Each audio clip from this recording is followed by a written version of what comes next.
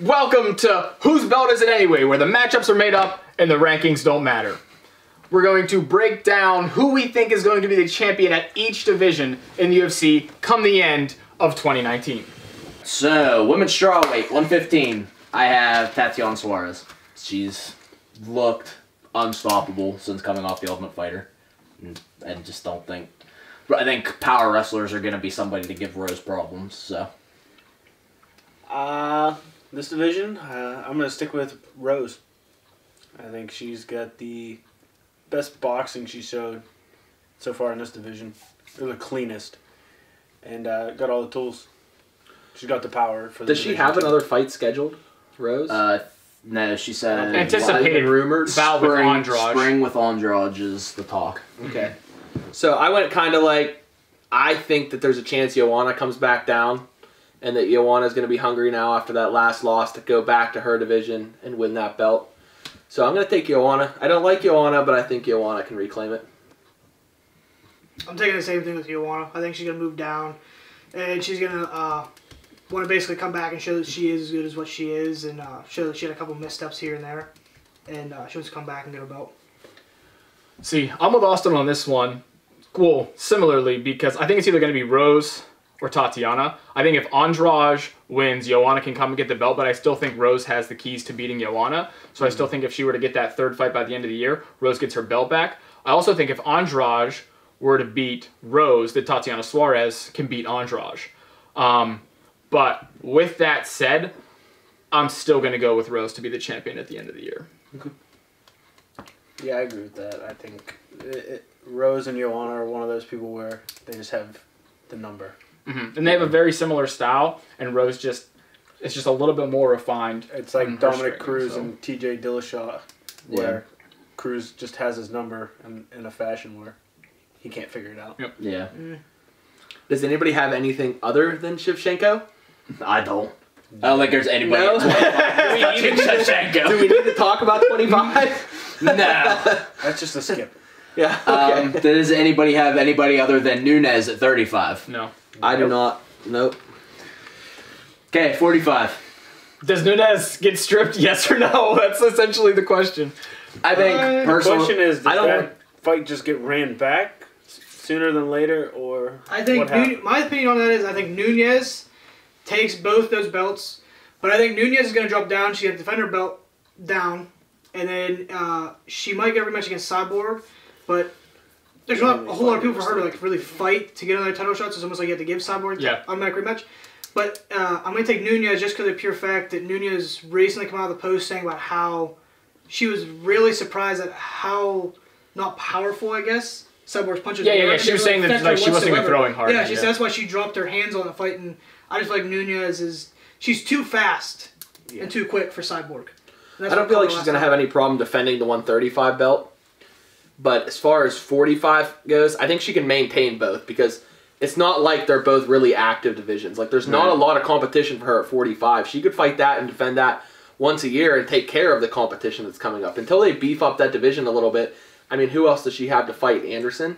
Yeah. At 45? I mean, there's only one fighter actively listed on UFC's website at 45, and that's Cyborg. So as far as 35 goes, I do have Nunes is still the champion. I think the next fight most likely for her at 35 is Durandamy, if I had to guess. I'd say Holly. You think one of the two? One of the two, but I think they've been building she to that over the last year. Because she hasn't fought. Has she defended her belt since the last Valentina fight at 35? I don't think so. So it's been over a year since 35 belt's been defended. Yeah, because they've been kicking the Cyborg can around for a while. Yeah.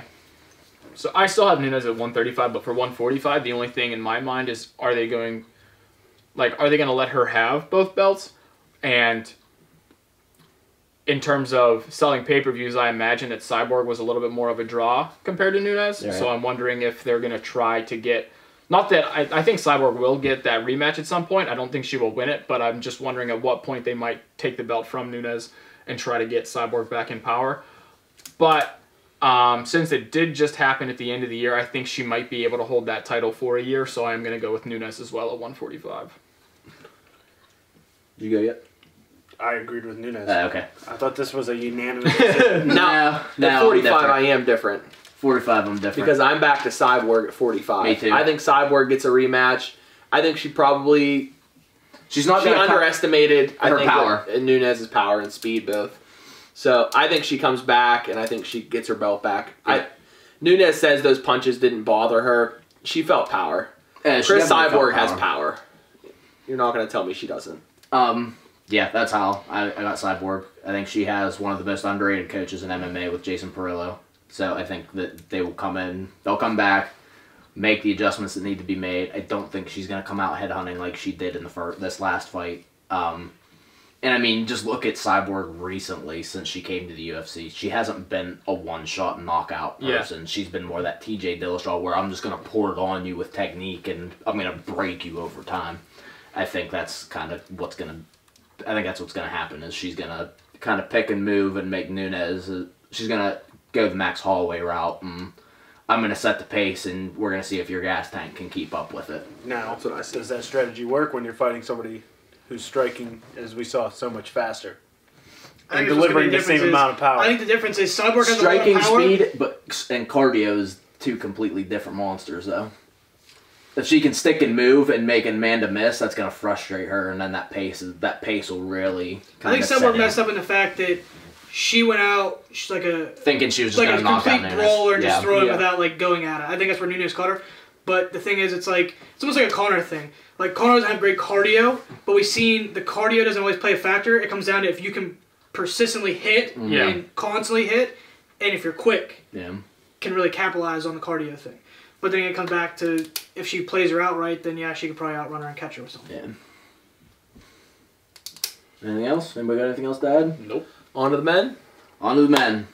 125. Oh, well, I do have one more thing to add for 45. I think if Nunez does hold the belt, say she rematches Cyborg, beats Cyborg, I think they eliminate the division.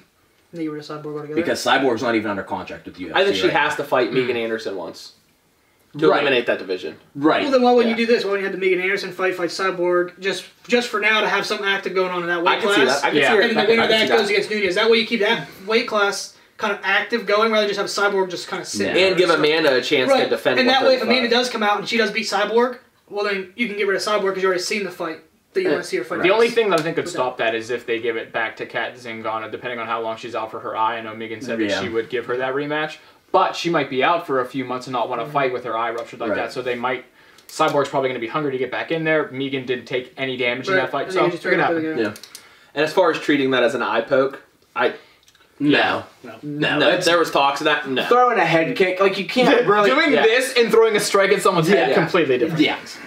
It wasn't intentional. Glad we cleared you really can't. It's one of the things you can't. If you were good enough to land your toenail on someone's eye when you're throwing a head kick, you deserve to win. You probably deserve the dub. All right, 25 men's. Taking Henry Cejudo.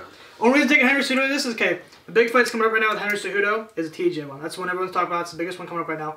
My thing is TJ is already so like weight cut for the weight he's making now. Lean.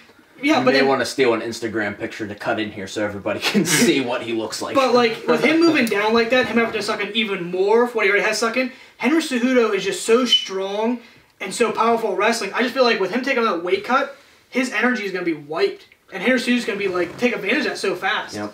That's my opinion with it. I just feel like that weight cut's what's gonna screw him, and Henry Cejudo's just gonna run that division with that after that. Because I don't feel like there's a whole lot. I feel like Henry Cejudo fights one time against TJ this year, and maybe another time, but I can't really see it with a lot of other stuff going on in the UFC.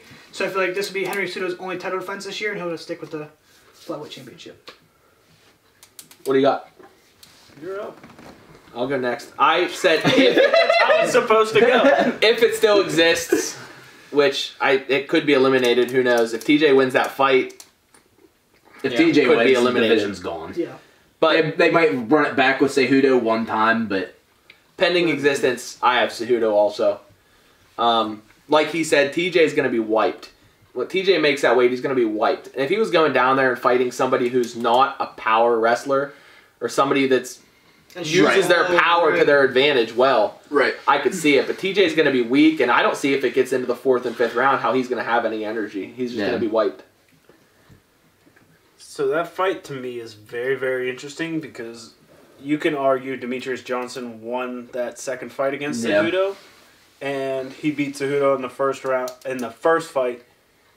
And what does DJ do? He does everything on technique. Yep. He's not necessarily going to go for the takedown, and that's kind of the same fit that TJ fits.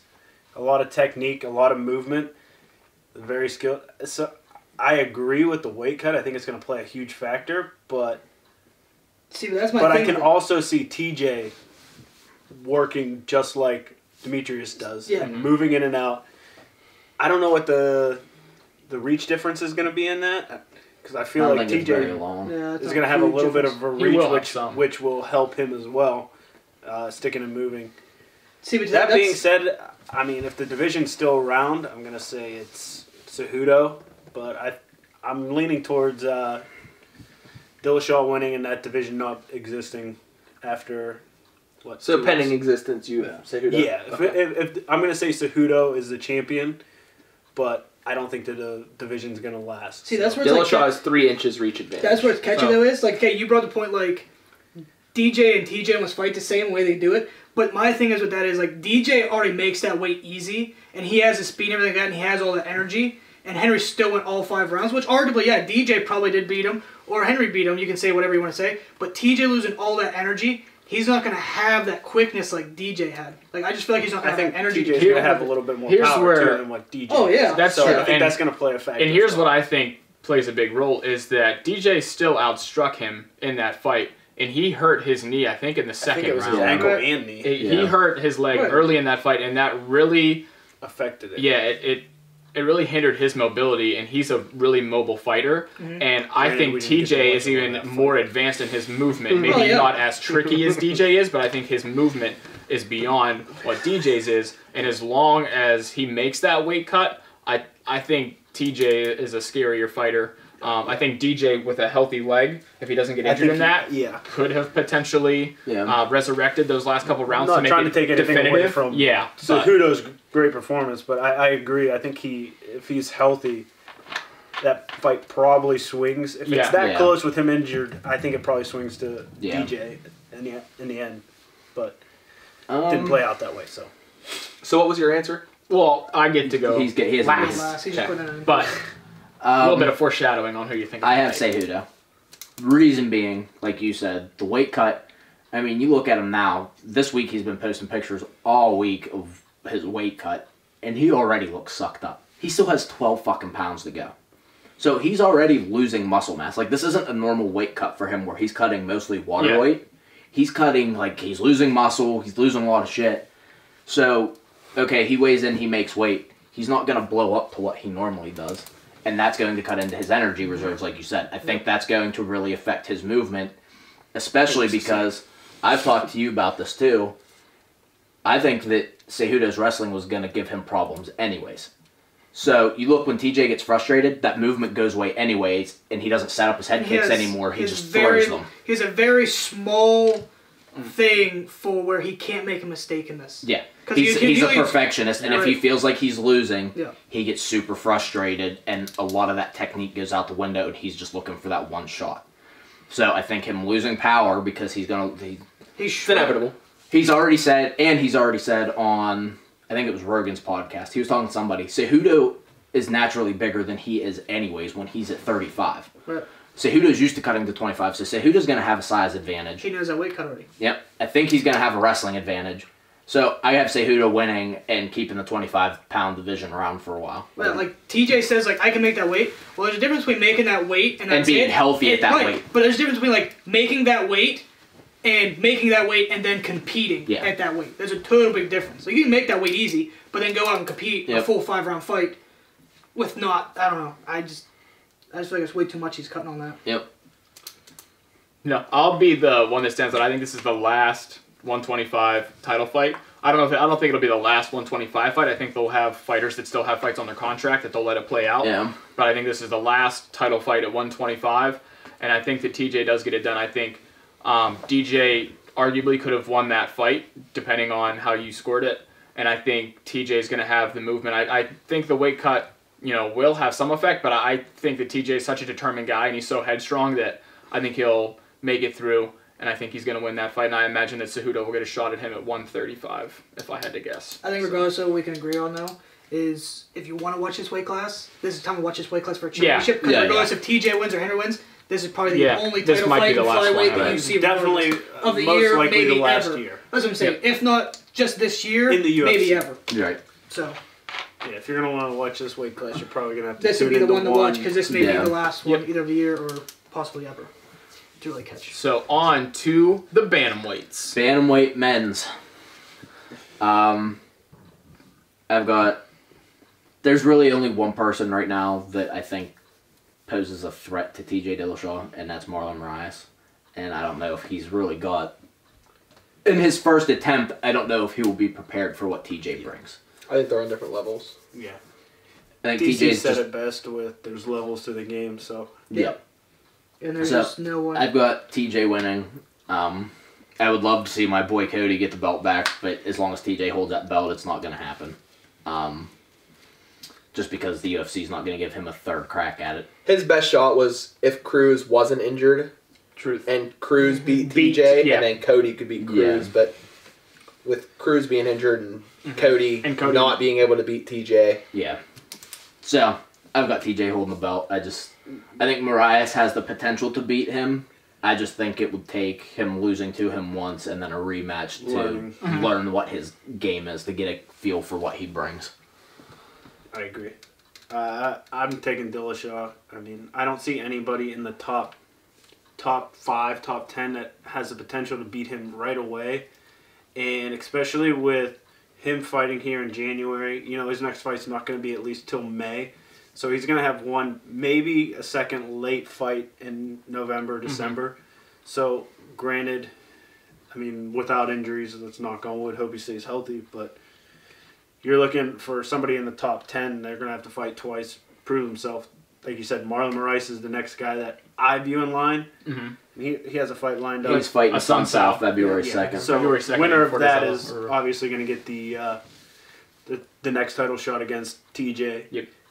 Both of those guys are good, but I don't think they're championship level. I don't think it's like DC said. Levels to the sport. I think TJ's more well-rounded. Can't get it out. I'm with Austin as far as I would like Cody to get that title back, but the only chance that I had to see that by the end of the year was Dominic Cruz not even upsetting TJ Dillashaw. I think that would be a real pick 'em between those two. Yeah. But that was the only shot at Cody getting it back. Other than that, I think TJ has it. I think that division has 3 guys on top and then guys below them that are just not the same kind of fighters. Yeah, so I got TJ. I think Cody's on that level. It's just TJ has no. got his number. Could temper himself, and I think Cody gets kind of He gets reckless. once he gets reckless. That's when I think the big thing really falls. that hurt Cody in that second fight was Buchholz left. And so Alpha Male's back to kind of having floating head coaches instead of one guy in charge of everything. So I'm gonna go with TJ this one. The same thing. It's the same exact argument because there really is no way to look at it. You look at this weight class. There is so let's say Flyweight's going. Now what's gonna happen is you may have half the guys. I got mine. You may have half the guys. They shut down. Say they shut down Flyweight. So now you might have half those guys are gone now, right? Half the other guys come up here, move up to the bantamweight.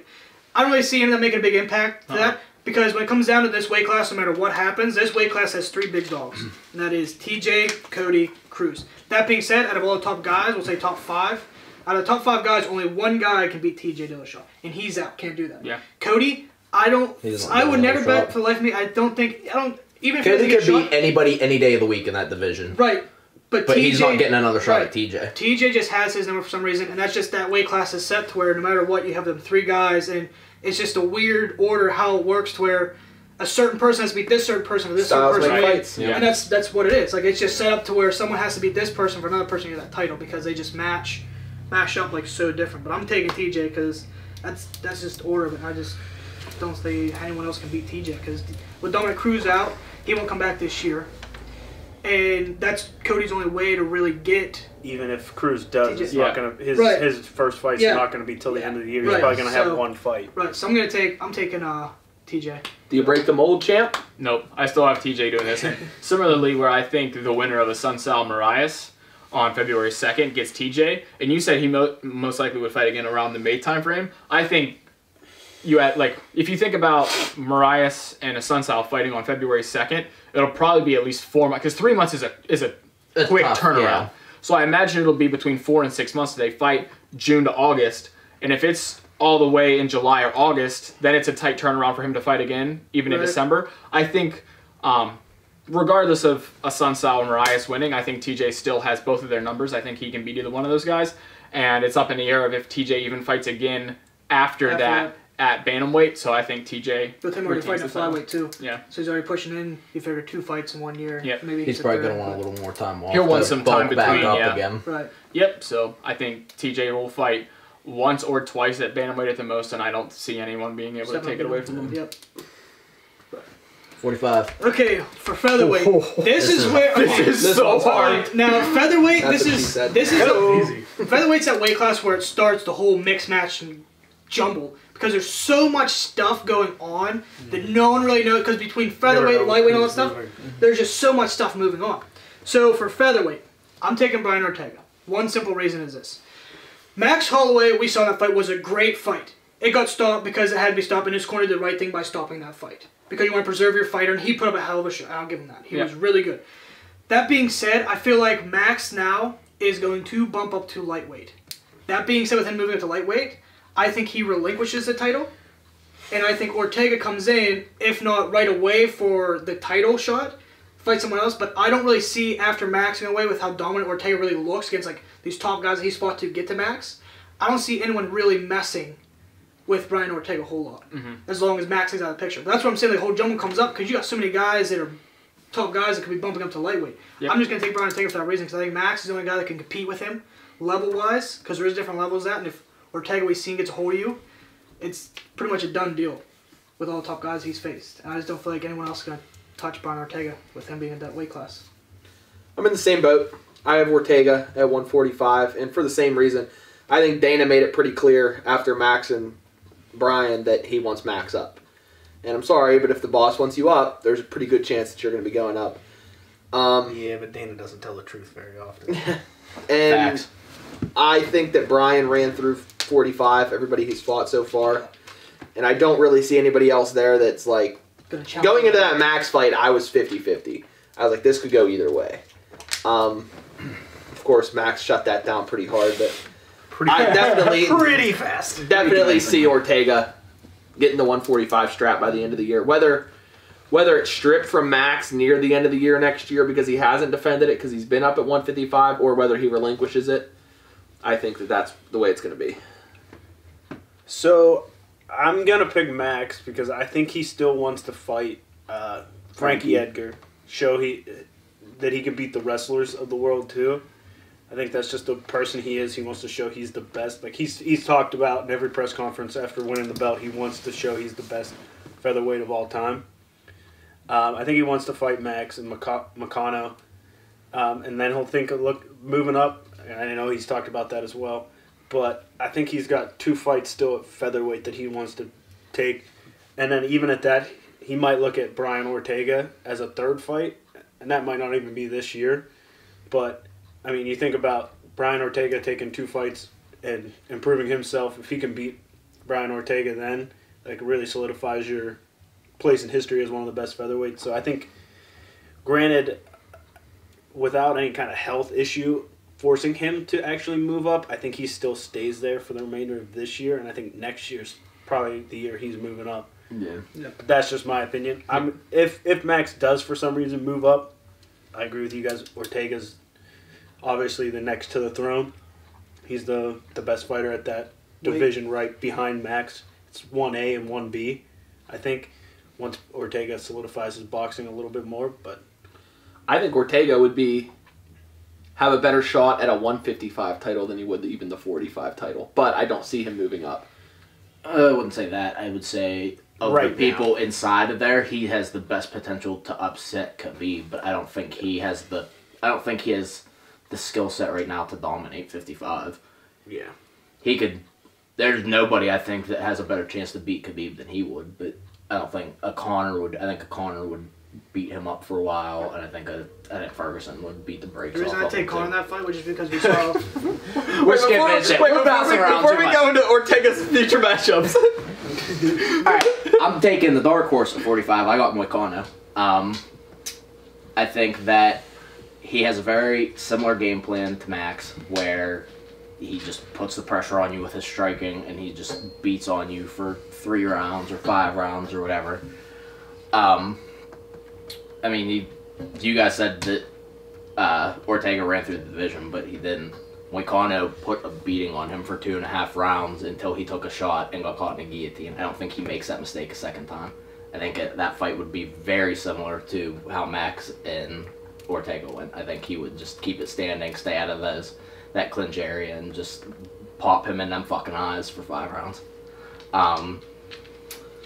Now, Moicano Max would be very interesting because, like I said, they fight very similarly. So it would be interesting to see if Moicano would be able to keep up with Max's pace.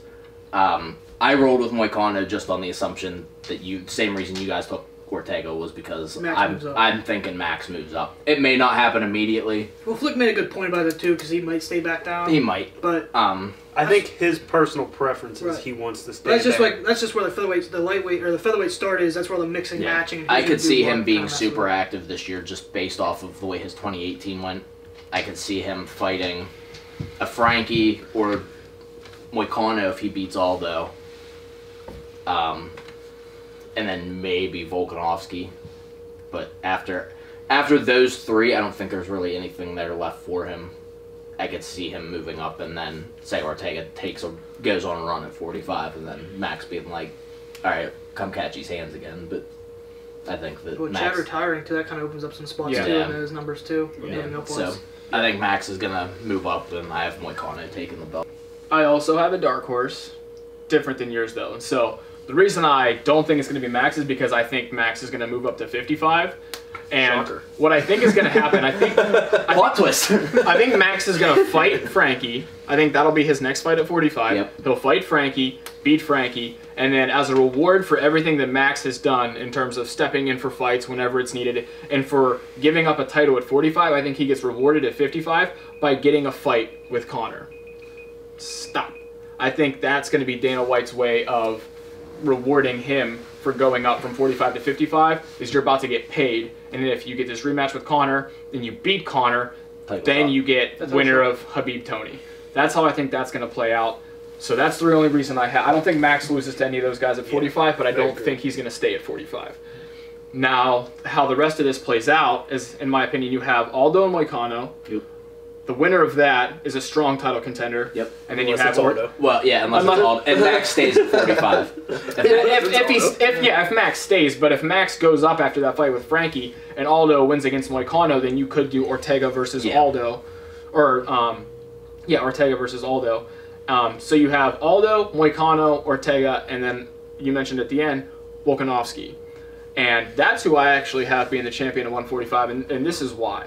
So if you look at his strikes landed per minute, it's actually pretty similar to Max. He throws a lot of volume, and Ortega did not do well against that. Yeah. And he had a good enough ground game to stay away from Mendes. And so I think that will be strong enough for him to beat Ortega. And now when it comes to... And Ortega's wrestling is not anywhere near the level that Mendes is. Ortega's more... His wrestling isn't that great. What makes him a killer is the fact that he's so slick with his jiu-jitsu, you can't give him a limb or anything to get a hold of. It's not necessarily his wrestling, it's just that, like how you said the volume, that's where we kind of saw like a weakness with Ortega though is, like, Max really like showed that, almost like the L.A. Quinta versus Khabib fight. Yeah. It just showed that weakness in Ortega, like, his stand-up we thought was so great when he fought Frankie. Yeah. And everyone talked about it, and then when it's got his volume strikes, and it's like, well, maybe it's not as great as what we were pushing for. Yeah, and so I think Volkanovski can beat Ortega just due to the fact that his ground game was good enough to hold off Mendes, and he was throwing a ton of strikes against him, and he bettered Mendes in the striking, and he was able to eat that shot. So my one thing with Volkanovski is, this is good. I mean, I like him as a fighter. He's very exciting. He's going to have to fight 3 times to get to a title shot, or 2 times to get to a title shot. Yeah, third fight. How do you think he has to fight 3 times to get to a title shot? Wasn't Mendes 4th in the rankings? He's 4th. Yeah, he moved up to 4th. He's 4th. After he beat Mendes, he's 4th. And then Mendes retired. Well, Good that's why job, everything gets UFC, moved for up. updating your Yeah, website. he's fourth. Yeah, Yeah, UFC's website. Damn. so I that's feel anybody else having deja vu with the UFC's website and then just facts. But so this is how I have it playing out. Aldo fights Moicano.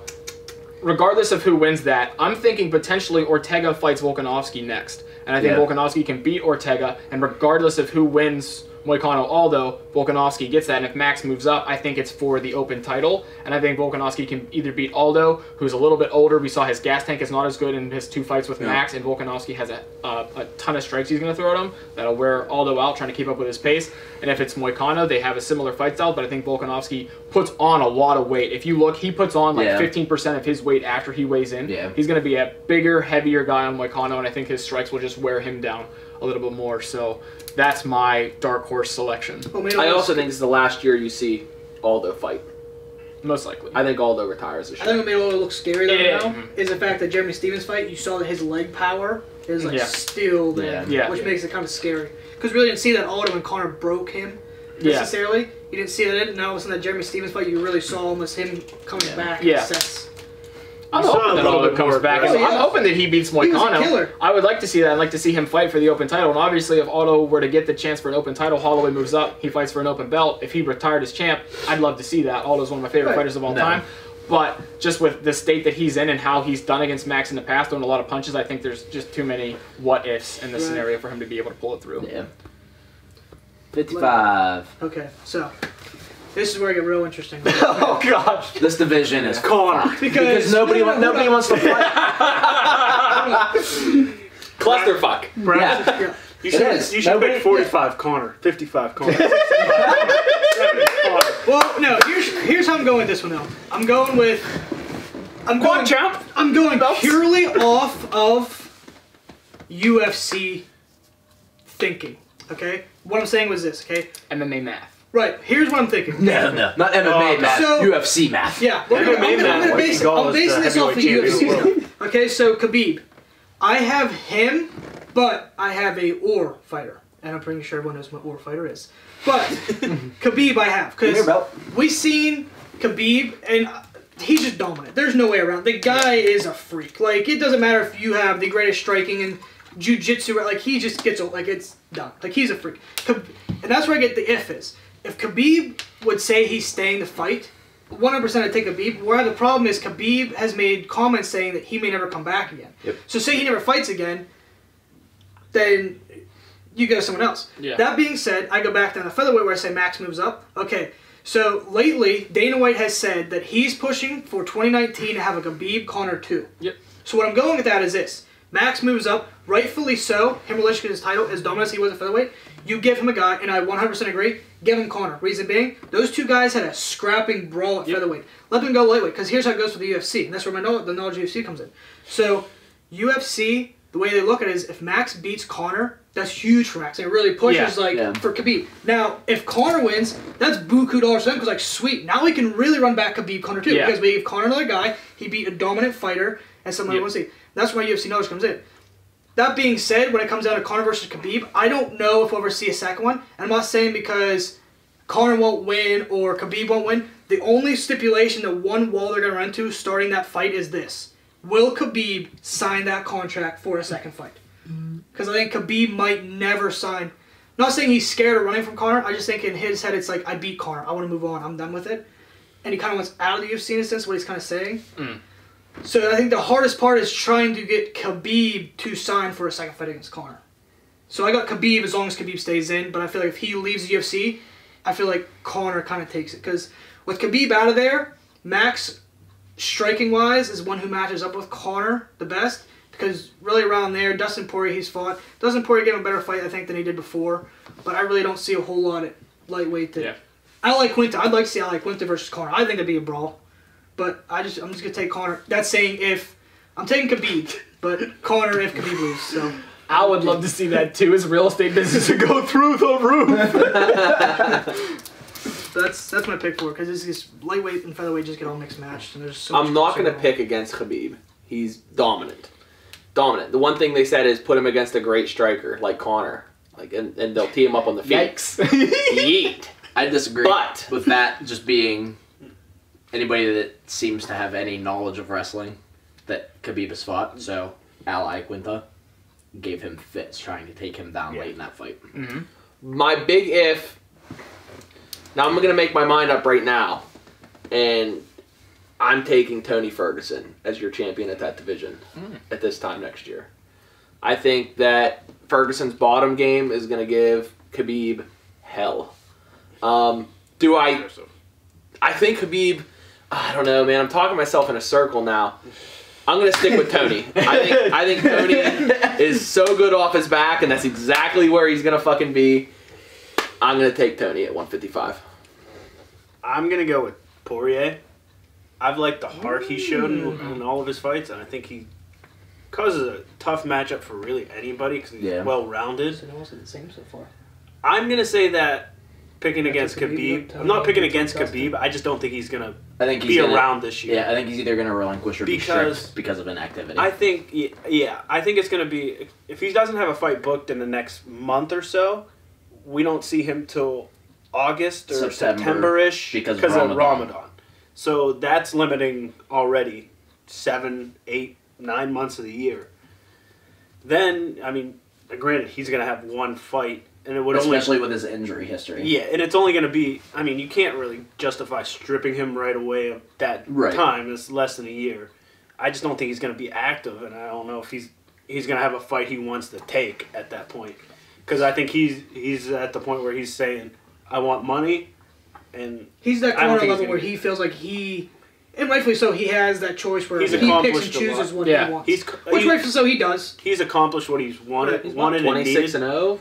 Yeah. Champion. Kind of a Floyd Mayweather. Beat the money boy. Yeah. Kind of a Floyd Mayweather mentality. Yeah. I'm undefeated. Mm-hmm. Now you meet my demands. I'm the A side. Yeah, right. you meet my demands. So I don't think he's going to be around. I think Tony Ferguson's a really good pick. I just think Dustin's a very tough matchup for everybody, and I'd like to see him win. I like him. Yep. Yeah. I've got similar thinking to you. I got Tony because, like I said, you look at guys that are their base is wrestling, which is Ally Quinta. He gave Khabib big time problems. So Khabib's going to get frustrated. I think Tony starts picking him apart on the feet. He's going to get frustrated, take one of those shots from 5 feet fucking away. Darce.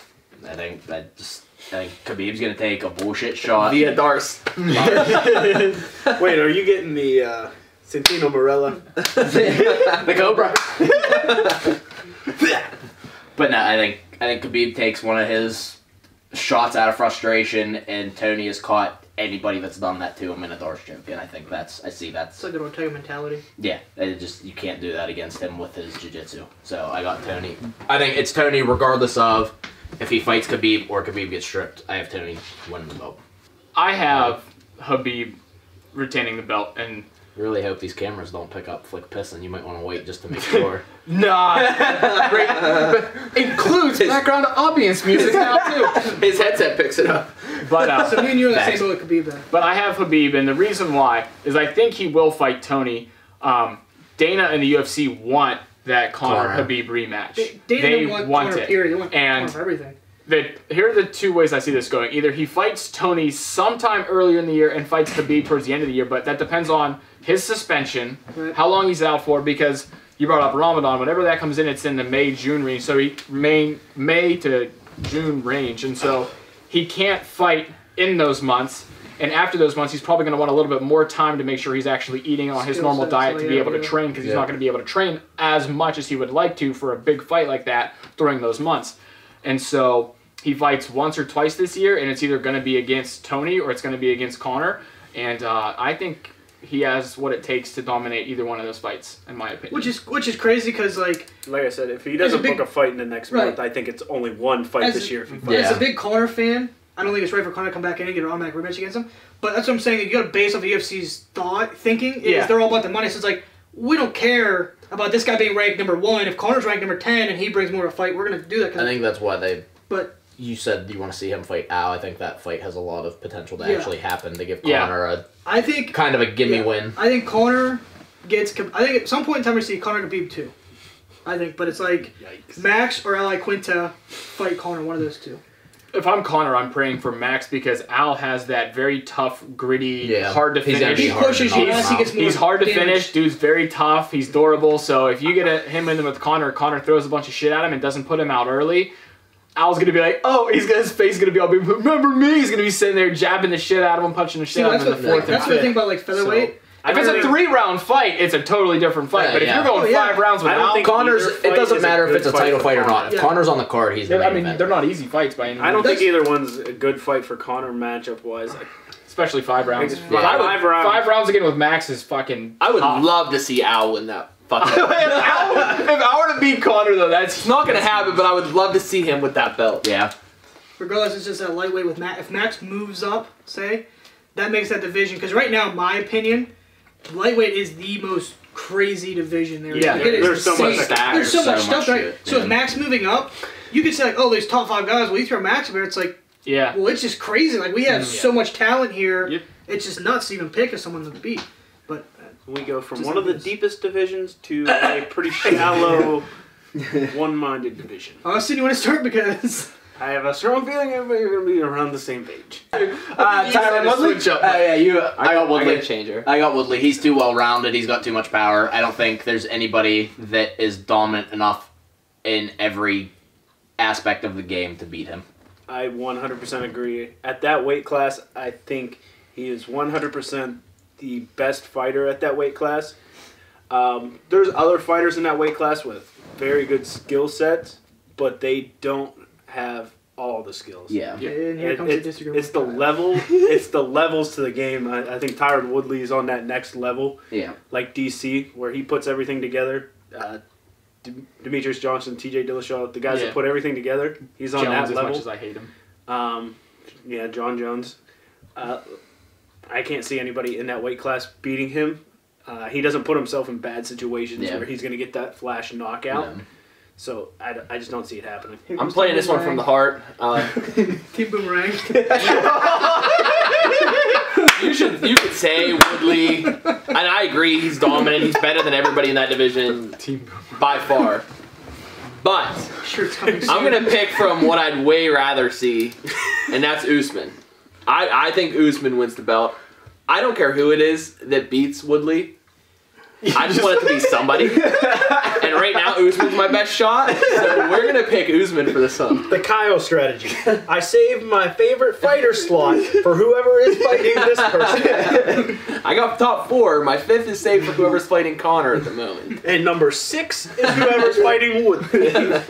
I'm taking Tyron because there's no other way around. Like everyone has been saying, like it's Tyron. Today, Junior. The thing about Tyron is his strongest skill. And the thing about is his Colby is you can backup beat him with a plan. boomerang. That's the thing about Colby. Yeah. I can get a boomerang. I can beat his. I'm not even like an MMA player, but I can beat Colby with a boomerang. It's not that hard to do. There's no one. Tyron's just a freak. That's just how. And you can love him, hate him as much as you want to hate him. The kid's just a freak. Like, that's just that. It's just too strong. With that being said, a fight I would He's like just- to see for Woodley that I think somebody that could give him problems would be GSP, but GSP doesn't have any interest in that. Nothing. And I'm choosing Woodley as well. Yeah. If you think of the 2 guys that he will most likely fight this year, you have Usman and you have Colby. And what are the... Usman is a strong wrestler, Right. Not And- strong enough to take that to and- dominate Tyron. and Colby And he doesn't is have the a wrestler. the body. So and so... Colby's a ragdoll. And I think Woodley is stronger. Like, Usman can power a lot of guys down. I don't think he's as strong as Woodley. No. He doesn't have the striking power that Woodley has. And Woodley still has a very strong wrestling, potentially even better than Usman. right, let's say So check 3 boxes. Yeah. I think Woodley takes that. Colby, I think, is an Easier fight than Usman. easier than Usman, Yeah, and yeah. I think he gets slept Colby's- within Col- yeah. Colby struggled to take RDA down. Ain't no way Yeah. he's My thing is like, taking okay, say Tyron Usman. down. within 2. I think Colby slept. My so thing is, okay, Woodley is way above Usman's strength. I believe. I think truly Tyron's way stronger than Usman. Yeah. So like we'll even like match up. Say like match up 50-50 strength wise. Yeah. Tyron's still gonna shut them takedowns down. Yep. Halftime, if not more, and this can come down to who can stand with who. Usman is not standing with Tyron. Nope. No. And that's what's gonna come down to. And one point we didn't even touch on here is Tyron Woodley has amazing jiu-jitsu. He won Yeah. his first 3 fights in UFC by submission. He just Yeah. he just moved around submitted, Darren Till yeah, he just like submitted like Till. it was nothing and submitted him like it was nothing. Yeah, you So, always like- forget about that just because Yeah, you he doesn't only wanna see use like, oh, don't punch him in the Yeah, face. he's like, I save this for when I need it yeah. or when I want to have fun. Yep. So Yeah. On to 85. middleweight, which in my opinion was 145 was my hardest to choose, or one of my hardest to choose, and 85 is another one. I actually don't have a name written down yet, but 85 is really tough. For me, 85 comes down to two people, and it's Robert Whittaker and Israel Adesanya. Whittaker's my boy, so I'm rolling with him, but Adesanya scares me as far as that fight goes. He's a killer. He is so fucking dangerous. There's just nothing else to say. He's creative. He throws. He's so precise. It's almost as if you're watching, and this is a base comparison. Everyone says it, but it's the truth. It's almost as if you're watching Anderson Silva back in his prime, where it's like, but I'm faster putting my hands with on, more power. Right, that's what I'm saying. Like I'm putting my hands on because I'm gonna pick you to pieces. Like it's just a younger Anderson Silva, bigger, like stronger and faster. Yep. That's how it is. Like it's crazy. I got Whittaker. I'm taking Whittaker just based off of he's kind of got that ally Quint. Like Yoel couldn't put him away. Like it's gonna be hard to put him away. He's got that island fighter in him. Yeah. With that heart. Yeah. They don't quit. Yeah. So I'm rolling They'd with. rather die. I'm rolling with Whittaker. He's got the Mexican where he just gets punched in the face. He's got the grit. Let's go forward, baby. I'm fine. We're not being racist here, but if you've ever watched a Mexican boxer, they just take punches to the face and you can't knock them out. Yep. But so I'm rolling with Whittaker based off of grit, and Yoel's probably the hardest fight in that division, and he beat him twice. Yeah. You sticking with your boy? I'm sticking with. As much as I'd like to pick Yoel, the guy's a freak of nature. I would personally like to see Yoel move to 205, but Facts. We'll get there later. I'm going to stick with Whittaker. I think he's the best fighter at that division. Adesanya scares me. Fight will be a banger when that happens. Yeah. Now, the other thing I want to say is Whittaker doesn't have the best health. So, True. There's a chance he gets through this Gastelum fight and has an injury. Yeah. And he rolls Doesn't over fight for the rest of the year. Yeah. So, there's that playing into the factor as well. But I think he's the most well-rounded. We'll see what happens with Adesanya. I could see him winning that fight as well. But Yeah. true and trusted there with Whittaker. Adesanya is a stud.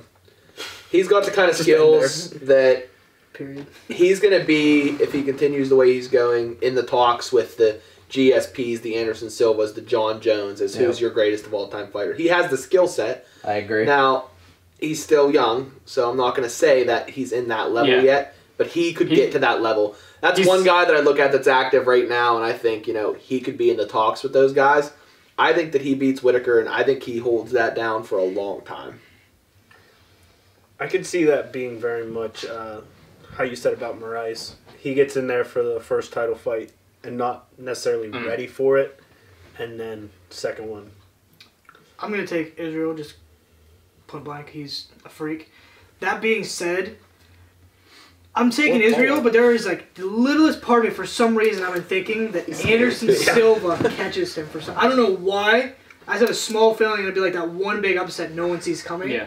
It's almost like a Jose thing. Like Jose's had that turnaround just come back. I'm not saying Anderson got a whole fling, but I think it's one of the things where Anderson might catch him, but I'm taking Israel for the champion because I just feel like there's really no one's going to compete with him. With the way his body is, the way he moves, almost like Wonderboy Thompson, Anderson, some of them guys where they move and they're real creative, or Conor McGregor in a sense where they watch where they just make the real moves. And it's hard to Dominic Cruz, even though it's hard to pick because the way they move is just so different. You can't train against that.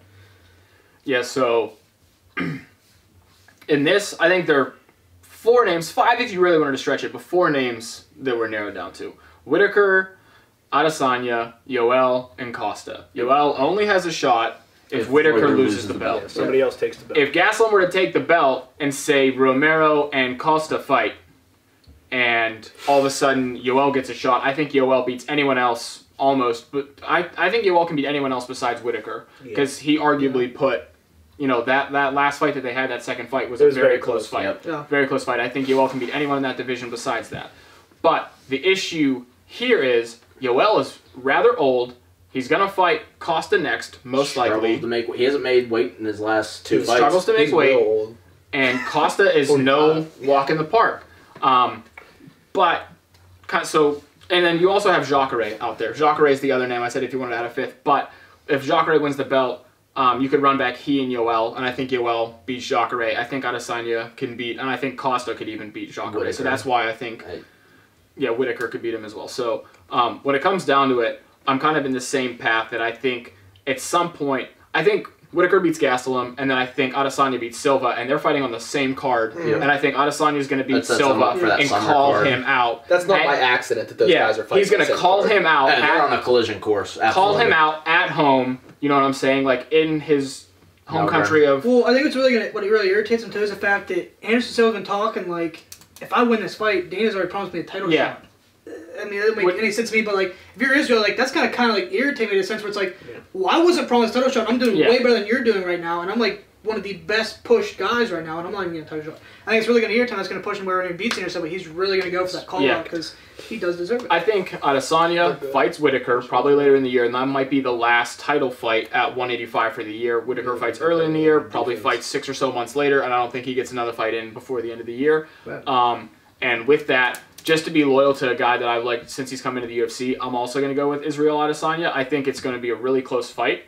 And the main reason I'm going with Adesanya is just because he's so long and lean, I think he's going to have more in his gas tank. When you saw the Whitaker versus Yoel, when it comes to that war, Yoel started to come back in those later rounds when Whitaker got tired, and I think Adesanya is going to be able to have the extra gas tank to win the last couple rounds that Yoel wasn't able to finish him. I think Adesanya is going to have the bigger gas tank to be able to outpoint him in a 5-round fight. Has he had any 5-round fights? I don't know. Yeah, he was a main event, so he had to have against Tavares. Yeah. Okay, light heavyweight. I got Jones. I'm taking Jones. There's the only way nobody at that division right now. Yeah, the only way Jones isn't the champion is if this whole turnbull thing comes back and he's just been microdosing. Or never mind.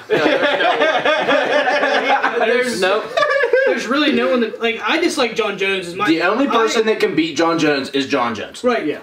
Plain and simple. Like, I don't like John Jones. I literally despise him because I can't stand what he is and how he is. But that being said, I'm not going to take away from the fact that the guy is a great fighter. Yeah. Like, there's no way around it. Like, no one can beat him. What style of fighter do you think could beat John Jones? Right now, I say the person that has the best chance would be Dominic Reyes, just because he's so creative, striking-wise, that he can give Jones problems. And that's why Gus gave him a lot of problems in that first fight, because Gus had another level of boxing that Jones wasn't ready for, and Jones worked on that boxing. But in that first fight with Gus, he wasn't ready for the boxing that he had, and that threw Jones off. Yep. Dominic Reyes is the same. He's a little bit, he's not as tall as him, I don't think, but he's a taller kind of guy, a lankier guy. I think he's got more power than Gustafsson, too. He's got really good hands, and he's just really creative, and if he can work leg kicks in, or if he can, because the thing with Gus is he was all up here.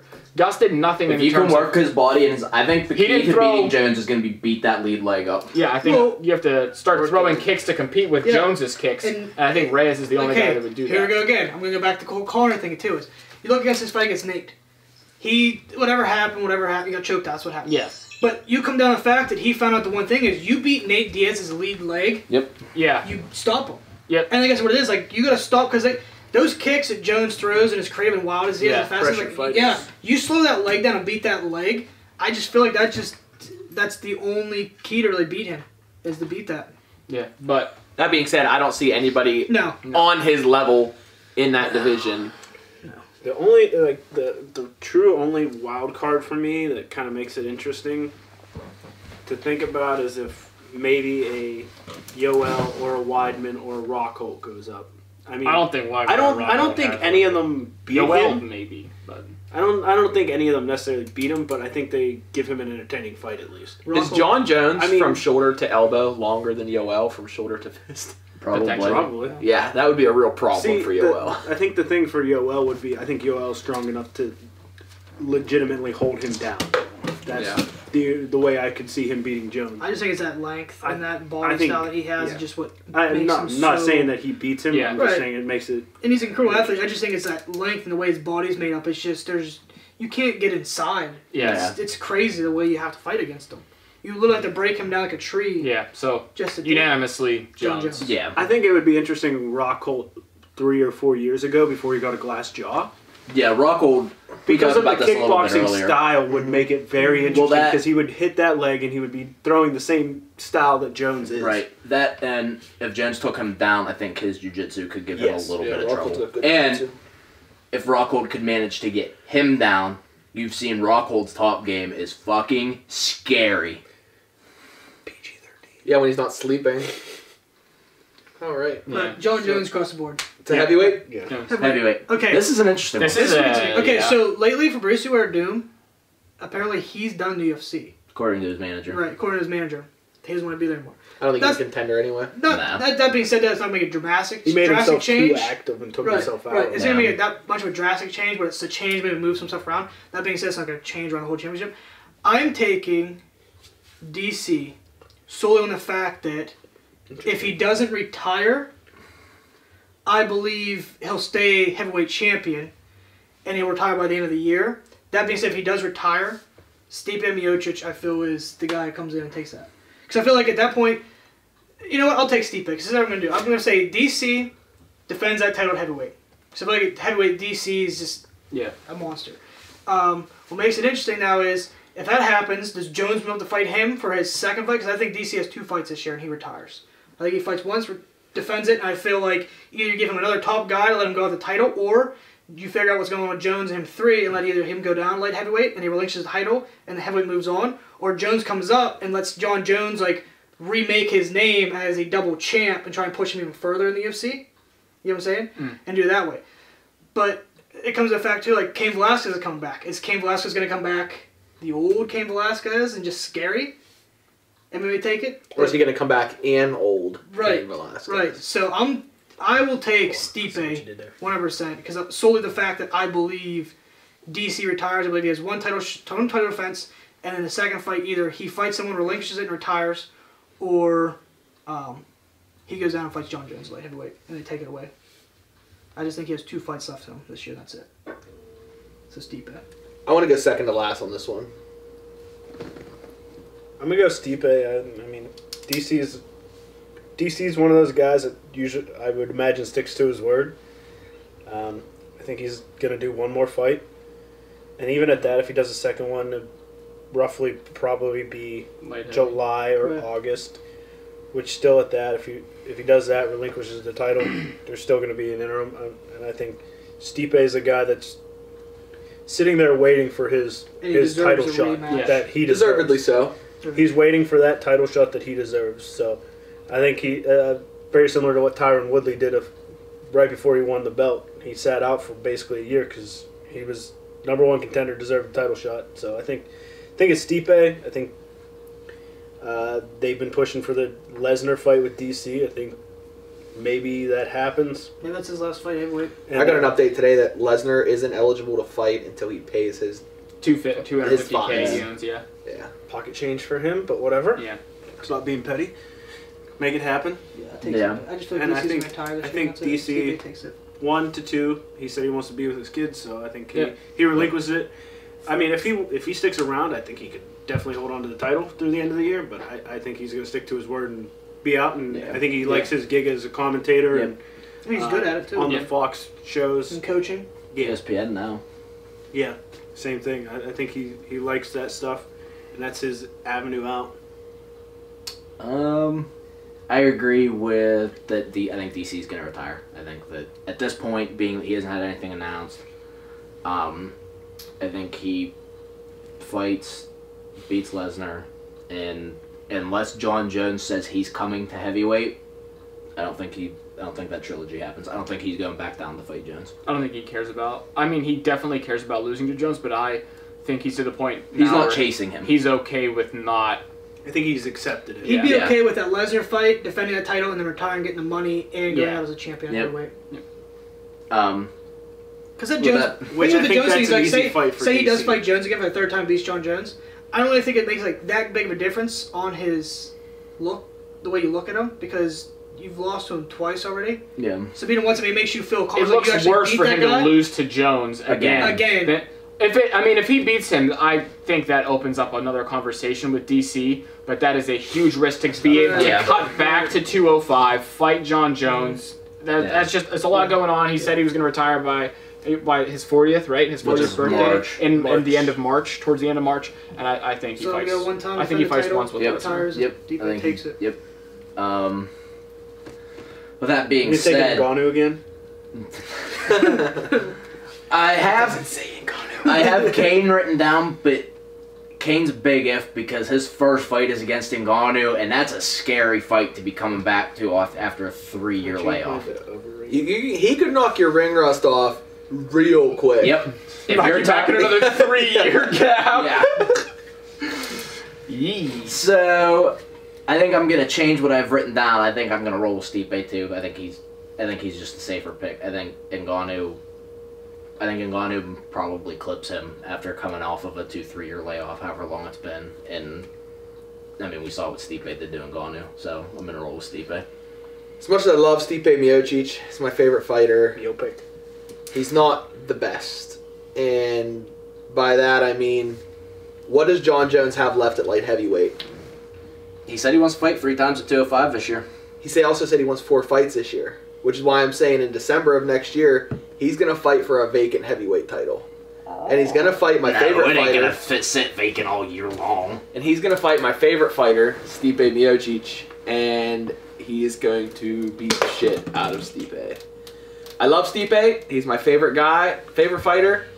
Dude's got a glass jaw. As much as I love him, dude's got a glass jaw, and he can't. I don't think he can compete with John Jones. I think DC just got him in the right spot at the right time and just kind of that. Well, we watched DC get him. We saw Overeem. That's what I mean. Like, there's just so much power to heavyweight that no matter what you do, if you clip one time, glass jar, no glass jar. You also watched him eat a ton of shots from Francis Ngannou and just keep walking forward. When I watched that fight, I rewatched that fight the other day. The shots that he took from Ngannou were from here up. Like, every time Ngannou would throw, Stipe's head would go down. Stipe's head would go down. When Stipe gets hit from here down, he's a whole other animal. That's where Overeem hit him. And when Overeem did it, it put Stipe on his ass quick. And I think if Overeem would have followed that with strikes, he would have won that fight. That's where DC hit him. DC got him right here in the cheek, put him down, put him out quick. And it wasn't a hard shot. So even though he's my favorite fighter, and he will be my favorite fighter, I think John Jones is the heavyweight champion next year at this time. I mean, it's out there. It's not impossible. It's not crazy, but similar to most of the other guys, I'm also going with Stipe. I think DC fights Lesnar, beats him, retires in the early half of the year. I think whoever wins between Ngannou and Velasquez will most likely fight Stipe for a vacant title sometime later in the year. I think Stipe wins against either one of those guys. I think if it's Kane, it would be a very interesting fight. I think if it's Ngannou, he's going to have the exact same game plan, and Ngannou's going to be a little bit more conservative and try to not get so damn tired so early. But I still think, regardless, that Stipe is going to be on a mission. I think he gets his belt back. I think he only fights once this year. It's the winner of those two for a vacant heavyweight title, and then he holds on for the rest of the year. This year will be for a title, and he'll win and retire. Or not retire, he'll just wait till the next year. This year. Yep. But 100%. Let's talk about bonus pick, the 165 bonus round. But wait, there's more. I didn't know we got DJ Dickbanger on the podcast. Whoa. Listen, we are way better than him. Okay. I'll go first at 165. I'm just throwing a name. I have no reason. I'm just throwing a name. As much as I would want to say Kevin Lee, I'm going to take a dark horse, and I'm going to go Masvidal. I think Masvidal was good at 155. Went up and kind of took a shit at 170. I think at 165 he could make an impact and he could bring it back. Anybody else, Braxton? I'm gonna throw it out there, see if it sticks. I'm taking Nate Diaz. I'm surprised he didn't say Conor. I was fully expecting Conor. I was waiting for it. So no. I could see Conor doing that, but I feel like at that 165, like he is a big guy, has a lot of power, but I feel like that's where he started. Like, he had that big talk about going up to welterweight. I feel like that's that weight class where he almost gets, as he said, he almost gets himself stuck in the mud to where that's just a lot of strength. Because those guys can move to middleweight. Yeah. And they're fighting welterweight, cutting for welterweight. You're coming up from a guy who probably at this point in your career can't make featherweight, but you start at featherweight and you're done to welterweight. I feel like it's a big power change there. But I'm just going to take Nate Diaz because I feel like I don't know. He's a guy who's always been underestimated, necessarily to the fact to where the UFC really doesn't want to promote him so much, and I feel like he's just one of those. You and I might have the same one, but where he's just kind of gritty and just goes for it. And it's kind of hard to put away. So I'm just gonna go with Nate Diaz for shits and giggles. Rumble Johnson. I'm kind of. There's two people three that I kind of like for this weight class. I mean, obviously Kevin Lee, he's big for 55, and I think he'd fit that weight class well. I think Justin Gaethje would fit that weight class very well as well. But I'm gonna pick Wonderboy. I think he's stuck at 70. There's nowhere for him to go. I didn't even think about that. Only 5 pounds to cut from there. I think he could do it. Yeah, I don't know what he walks around at. He might be able to cut 65. He's not a big. I mean, You're right. I mean, we don't have the same. I mean, this is all what ifs anyway. Yeah. So I mean, Huh? I can see. Out there. I could see him cutting that. In my opinion, he never really looks like he's crazy sunk in at weigh-in. So I didn't think about Wonderboy though. Yeah, Wonderboy's a good pick because I wasn't even thinking about Wonderboy because he's one of the guys Like I that said, step back. What's your guess, Rooney? he's stuck. I at got 70. RDA. RDA. RDA. Another dark horse. I like He it. looked real good at 70 till he ran into a power wrestler. I don't think there's many people at 65 that are gonna give him the kind of. And if they problems. open 65, chance you only see one title fight at 165, maybe 2 this year. Yeah. If it even happens. Yeah. 1 or 2 title fights at the most. Yep. So I got RDA because he looked good at 55 till his last couple fights. I think the weight cut became too much. I got Ben Askren. Ooh. Say they open up 65. He said he doesn't wants wanna- it. He He said doesn't he want to wants fight it. Woodley at 160. Who I think Kevin I'm Lee. changing. I'm rolling. No, you son of a bitch. That's why I wanted to go last so people couldn't change. But I think he's not going to fight Woodley at 170 because that's his wrestling coach. Yeah. He's not going to fight him. So you look at 65. Kevin Lee, in my opinion, is probably the strongest contender for that. I mean, Wonderboy throws a whole other wrench in there. But for the guys that have been talking about 65, I think Confused Kevin everybody. Lee is the leading guy. Yeah. What does he have? Really strong wrestling. What does Askren have? Probably better wrestling. I got Ben Askren if 65 comes about.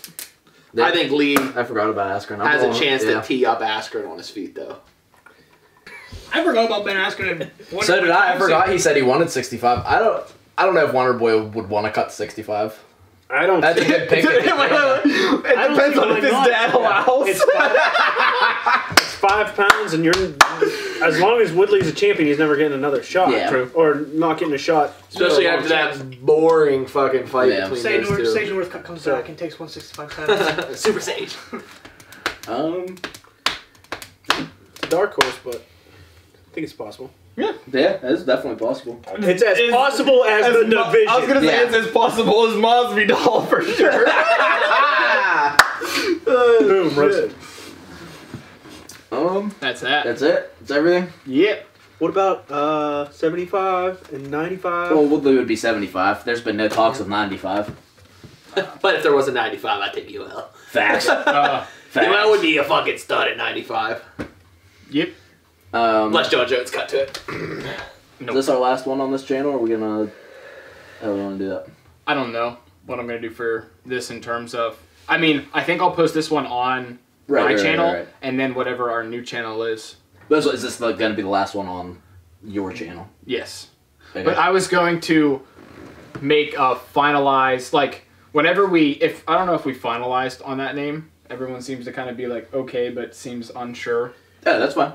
So I was going to say, We're all happy with it, but all kind of like, there's got to be something better that we'll fall in love with. so That's fine. when in doubt, if it is, That's the impression I got. what I'm going to do, just whenever I'm editing this, over the next, say, like 2 or 3 days, make a final name selection. We'll give ourselves 2-3 days as I edit this, and I'll film myself in the very beginning and go, if you're watching this, this is the last video I'm going to put up on this channel. If you want to continue watching these videos, hop over to this, and then I'll plug the channel and everything at the beginning of the video so they see that instead of having to wait towards the end. They'll see that first thing. That's my plan for that. Yeah, that's fine. So. Which works for me. That's pretty much it. Yeah. If you guys enjoyed it, like, comment, let us know what your thoughts are. Yeah. There's going to be a new channel, so keep an eye out for that. Approximately 65 videos coming between now and June. Yeah. Because ESPN Plus. Yeah. Hey, and we're all new to this too, so any suggestions that anybody has, any kind of criticism, I'm sure we all thick skin, we can take anything. Yep. Comments, Unless it's questions. Shoot us MMA questions. Dude, yeah. On the comments. It's funny because the last guy, when we did this, and I said that Mendes was going to be Volkanovski, some guy commented, people keep sleeping on Volkanovski. Yeah. And then, like, instantly after he fucked up Mendes, I went, ran over to my phone and just jumped on the wall and go, oh my god, you were so right about Volkanovski. Literally commented back on him, and now I have him fucking winning the 45 belt. So, it's cool hearing what other people have to say and what they think about it. Yeah, any all feedback's welcome. Welcome, guys. Yeah, shoot some MMA questions. We'll try to add a if you got question and anything, answer at the end of the if you got anything you would like us to touch base on, definitely let us know in the comments. Facts. All right. Next video will be Cejudo versus TJ Breakdown.